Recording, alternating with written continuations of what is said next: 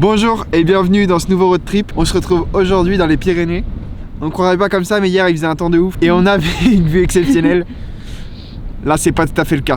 Bref, le 807 a repris du service.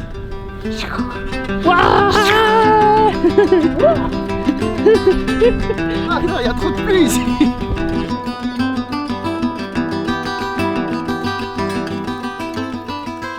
Cette année, nous avons décidé de partir dans les Pyrénées. C'est une destination qu'on avait grave envie de redécouvrir parce qu'on l'avait déjà découverte, mais il restait encore tellement d'endroits à voir. Et on avait 15 jours de vacances, donc on ne pouvait pas partir trop loin, sinon ça nous faisait faire trop de route. Et nous en road trip, ce qu'on préfère faire, c'est voir des choses, visiter des choses, profiter de l'instant plutôt que faire des kilomètres et des kilomètres. Après, chacun a son point de vue, mais nous c'est comme ça qu'on voyage. Pour commencer ce road trip, on a coupé la route en deux et on a passé quelques jours dans les Landes avant de se diriger vers le Pays Basque où on a pu découvrir Espelette et faire quelques kilomètres de plus afin de profiter de ce magnifique coucher de soleil au sommet de l'Arzamendi, qui est un spot incroyable. Si vous passez par là, on vous le recommande fortement.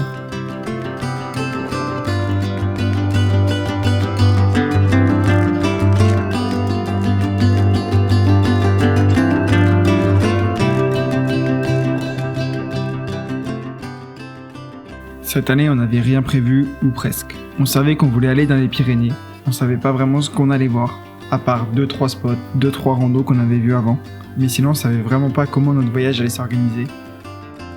Donc ça y est, c'est parti, nous allons voir ce que la route nous réserve, et vous allez voir, on a eu pas mal de belles surprises.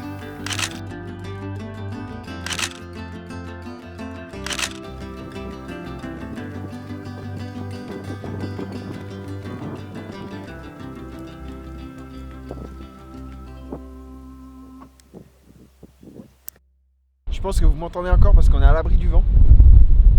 Mais derrière là, on va en prendre plein la gueule.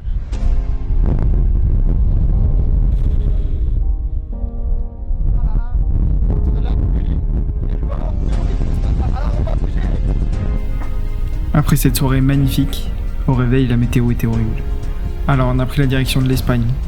Sans savoir vraiment où on allait, sans savoir vraiment par où on passait. La preuve, on a pris quelques kilomètres de piste avant de rejoindre une vraie route. C'est vrai que le 807 n'est pas forcément adapté à certains passages, mais bon, ça l'a fait.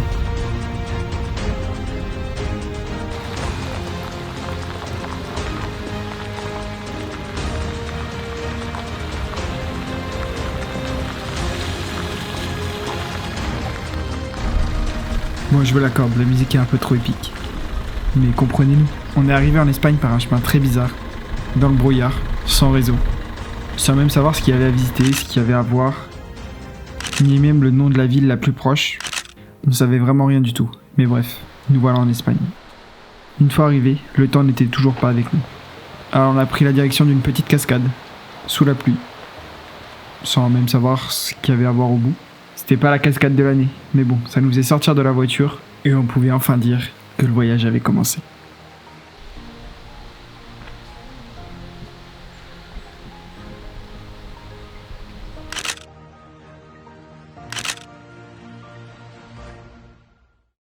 Durant ce voyage, on aura pas mal alterné entre la France et l'Espagne puisqu'on longeait la frontière.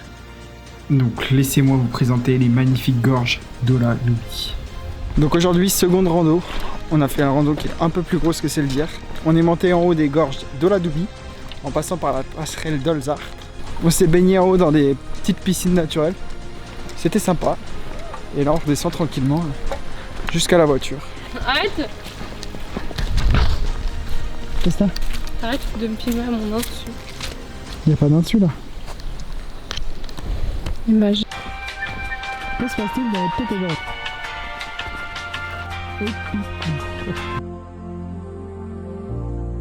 Les gorges d'Ola Doubi sont vraiment une merveille de la nature. Elles sont situées dans le Pays Basque, non loin du village de Laro. Une fois sur la passerelle, on se rend vraiment compte de la profondeur de ces gorges.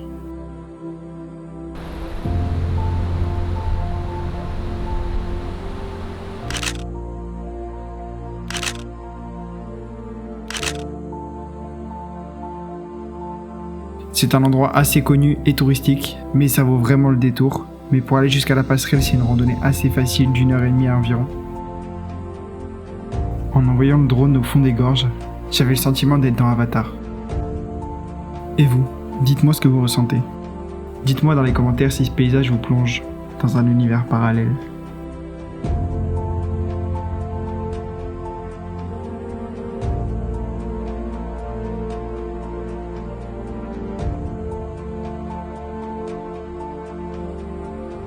Hier soir, on a repassé la frontière et on est arrivé du côté espagnol parce qu'il faisait un sacré temps de merde en France. Plus, on s'est fait bouger par des vaches sur un parking. Ensuite, on a dormi dans la forêt d'Irati. Donc c'est une des plus grandes forêts d'Europe, remplie de sapins, etc. C'est trop beau. On se croirait un peu au Canada. Je vais pas vous le cacher, j'ai jamais mis les pieds au Canada.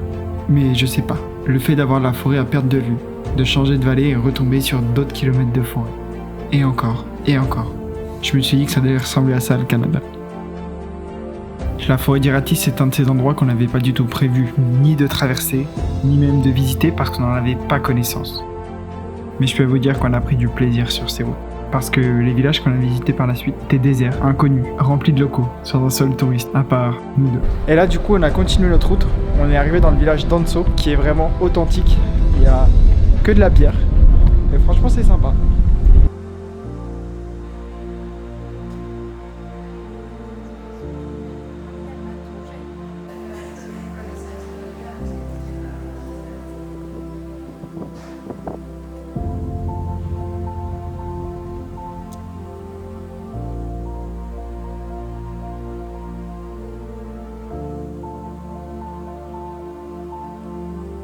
On est passé dans cette vallée parce que c'était sur notre route pour aller à Aguas Huertas, un des endroits qu'on avait vraiment envie d'aller découvrir. Selon ce que l'on avait vu, la terre était censée être rouge.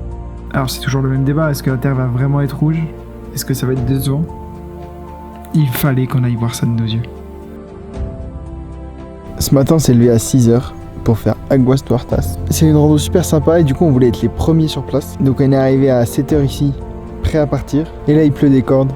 Donc on reste à l'intérieur, on attend que ça passe. On espère qu'on va pas passer une bonne partie de la journée ici. Mais c'est la tempête.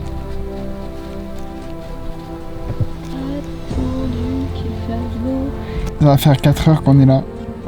On n'a pas de réseau, le temps c'est de pire en pire. On joue au sudoku un peu mais l'ennui commence à se faire ressentir sérieusement. Et ça a pas l'air de se dégager du tout donc je sais pas trop ce qu'on va faire aujourd'hui.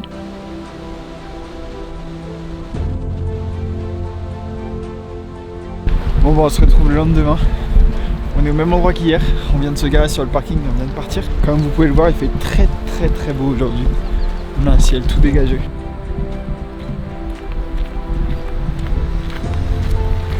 J'ai froid. T'as froid où? J'ai mal aux oreilles. À cause de quoi? À cause du froid. Oh.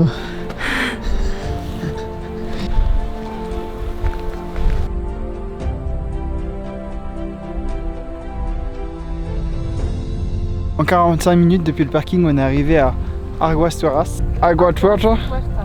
Aguas Huertas. Comme ça? Aguas Huertas. Aguas Huertas. Aguas Huertas. Ah là il était pas mal celui-là. Ouais.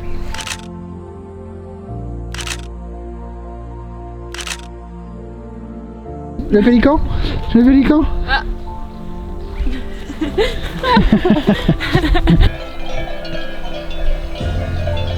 Après une longue journée d'attente, nous voilà enfin dans la vallée d'Aguas Huertas.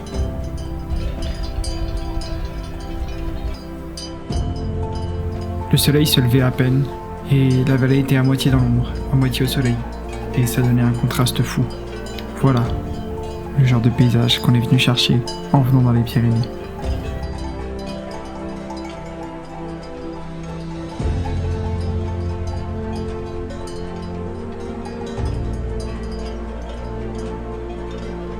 Une rivière rouge qui serpente en formant un cœur à un endroit.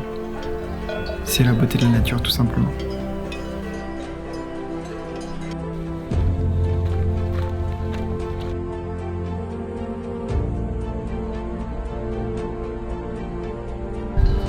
Bref, on continue de marcher et on prend maintenant la direction du Castillo del Arche. Il était à peine 8 heures, donc il nous restait encore au moins 6 heures de marche. Sachant qu'on prenait un chemin un peu à notre sauce, pour faire un itinéraire qui nous correspondait 100%. On avait repéré les cartes et on s'est dit que c'était sûrement possible de faire cette boucle. Je sais pas si on se rend compte en vidéo, mais les montagnes elles commencent à devenir toutes rouges. Et donc là on prend la direction de Castillo del Arche.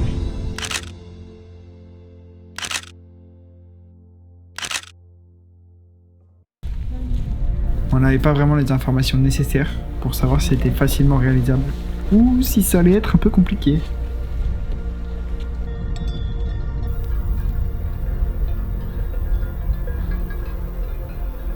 On attaque la montée vers le Castillo del Archi. Il y a à peu près 500 mètres de dénivelé pour arriver au niveau du col. On a dû croiser 5 ou 6 personnes max depuis ce matin. C'est ouf que des endroits comme ça soient aussi déserts. Et ça prouve que même dans les Pyrénées, en plein mois d'août, on peut réussir à trouver des trucs un peu isolés du monde. Et ça c'est cool.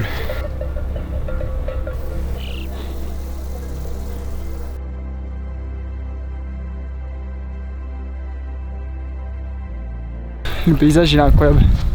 Que ce soit derrière ou devant, c'est trop beau partout.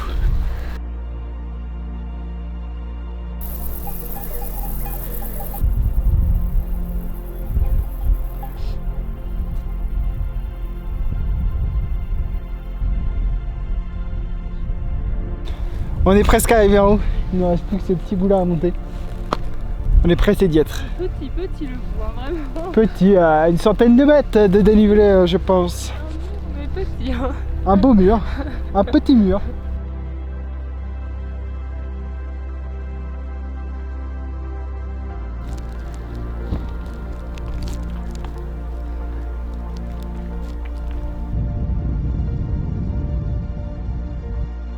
Après une bonne montée, on était arrivé au niveau du col et on avait enfin une vue sur le Castillo del Archi. Bon, comme je vous l'avais dit, on s'attendait à ce que le paysage soit un peu rouge, voire rougeâtre, mais on sait jamais à quel point ça va être rouge. Mais là, je pense qu'on s'en rend compte en image.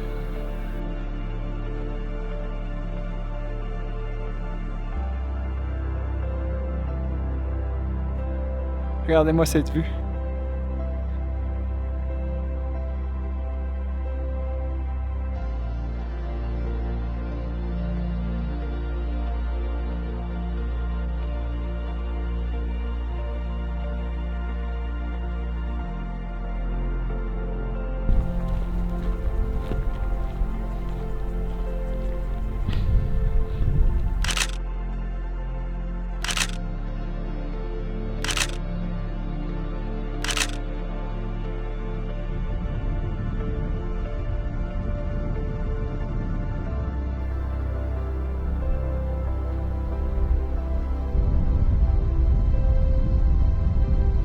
On a mangé là, juste en face du Castello del Archi. Et là, il ne nous reste plus que de la descente pour retourner à la voiture. Le vent s'est mis à souffler.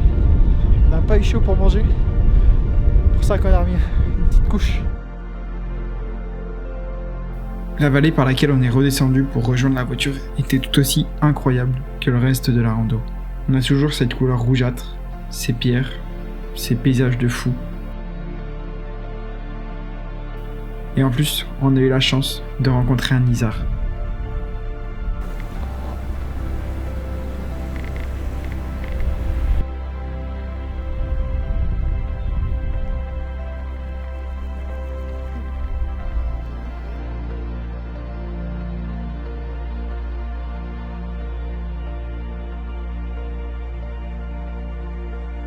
Aïe! Je crois que là, bon du coup je viens de cracher le drone. Je l'ai retrouvé, j'ai une petite patte de cassé. Je vais voir si je peux quand même m'en resservir pendant le voyage ou si c'est mort. On verra. Mais nous on va finir la rando, là il reste plus beaucoup de temps. Donc on descend jusqu'en bas et on se retrouve à la voiture. Trembler dans la vallée de la mort.